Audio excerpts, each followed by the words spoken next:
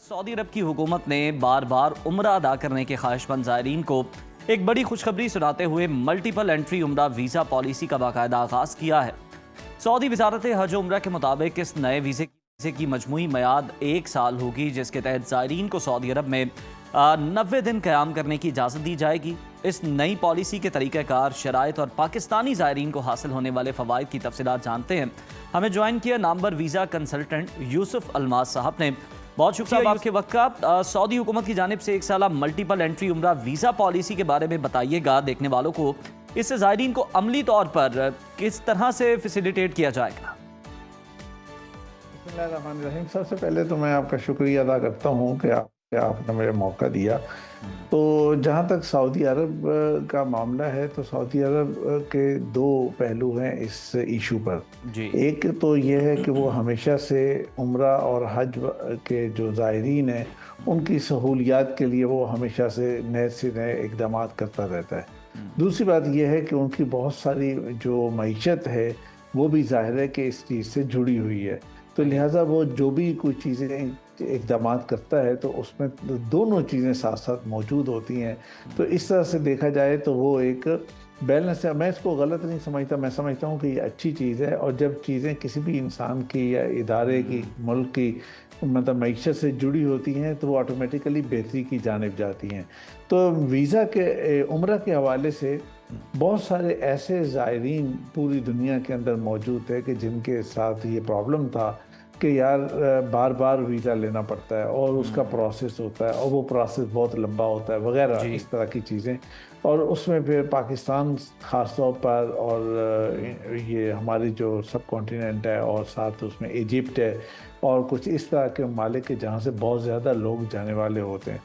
तो इन ममालिक के लिए उन्होंने ये चीज़ की कि अच्छा एक इंट्रोडक्टरी एक लेवल पे अभी उन्होंने स्टार्ट किया कि भाई पूरे साल का वीज़ा दे दिया जाए, तो ये मल्टीपल एंट्री वीज़ा कहलाता है। लेकिन इसके अंदर उन्होंने एक तरीक़ेकार रखा है। वो तरीक़ेकार ये रखा है कि उनका एक इदारा है, उसको कहते हैं नुसक। ये आम तौर पे इंग्लिश में पढ़े तो लोग इसको नसक पढ़ते हैं, ये नसक नहीं है, नुसक है। सही। तो ये नुसक के ज़रिए ये सारा प्रोसेस होगा। तो जब उसमें आप अप्लाई करते हैं, उसमें प्रोसीजर मुकम्मल करते हैं, तो वो तमाम चीज़ें आपकी रिकॉर्ड पे आ जाती हैं।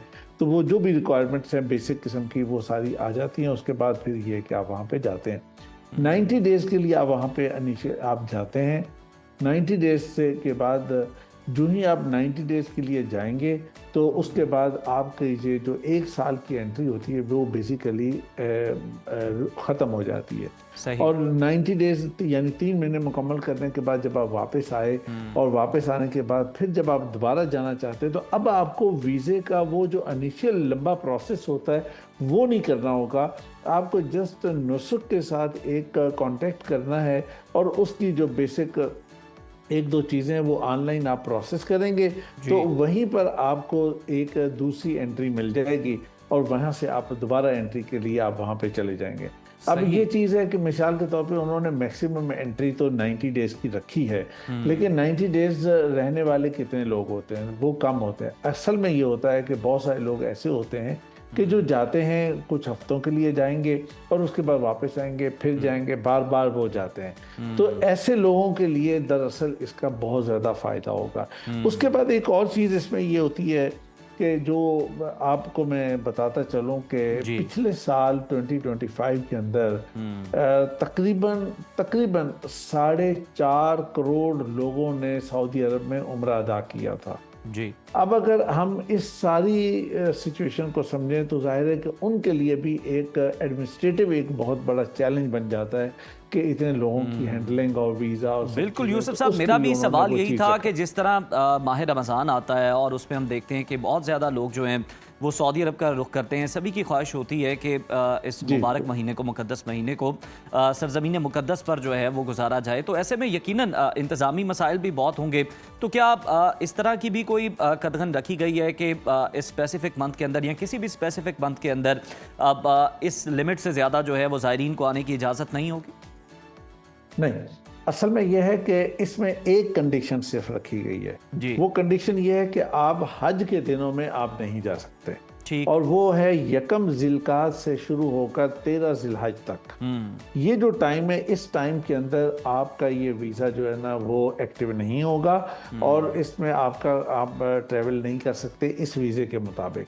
उसमें यह है कि उसके अलावा रमज़ान के लिए मतलब बेशुमार लोग हैं जो रमज़ान में, जैसे आपने कह रहे हैं, वो जाना चाहते हैं, तो उसके लिए तो बहुत ज़्यादा ये सहूलत हो जाएगी कि उसके मतलब जब भी जाना है, रमज़ान में जाना है, बड़े आराम से आप नुस्ख पे जाके ऑनलाइन आप अपना प्रोसेस करेंगे, वीज़ा लगा हुआ है, कोई इशू नहीं है आपके लिए। और आपने उसी वक्त अपनी कंफर्मेशन कर ली और आपकी डेट्स कंफर्म हो गई और आपको वीज़ा मिल गया। तो यूसुफ साहब ये भी बताइएगा कि बिल्कुल आसानी तो होगी, लेकिन क्या साल में कोई एक दफ़ा ही अगर 90 दिन का स्टे वहाँ पर कर लेता है तो उसके बाद जो है उसको अलाउ नहीं होता, जिस तरह से आप भी बता रहे हैं, या फिर ये जो मुद्दत है 90 दिन की, ये आपको किस्तों में पूरी करनी है या फिर एक साथ भी कर सकते हैं? ये भी क्लियर कीजिएगा। नहीं, ऐसे नहीं है, ये इसको यूं समझें, ये 90 दिन अगर आपने एक दफ़े कर लिया है ना, तो उसके बाद आप आके तो आप दोबारा नुस्ख पे जाके आप अपना प्रोसेस करते हैं, तो वहीं से आपको दोबारा आपको अलाउ हो जाता है।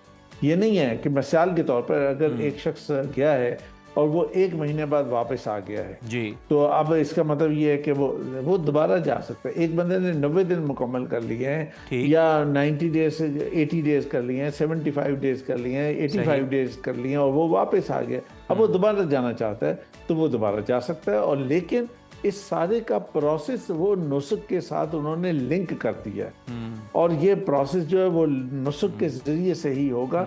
और जितना नुस्ख की वेबसाइट बहुत सिंपल वेबसाइट है।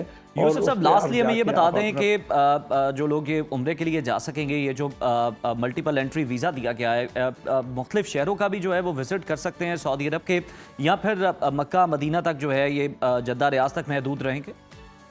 जी, दूसरी जगहों पे भी जा सकते हैं। अब ये है कि वीज़े का जनरली ये है कि अब आपको अलाउ होता है कि आप दाएं बाएं कुछ जगहों पे आप बिल्कुल सही, क्लैरिटी आ गई है। बल्कि आप मक्का और मदीना के अलावा भी दूसरे शहरों का भी विजिट कर सकते हैं, तो ये बहुत ही बड़ी सहूलत है। बहुत शुक्रिया आपका यूसुफ अलमास साहब, इस मामले पर हमारी रहनुमाई कर रहे थे।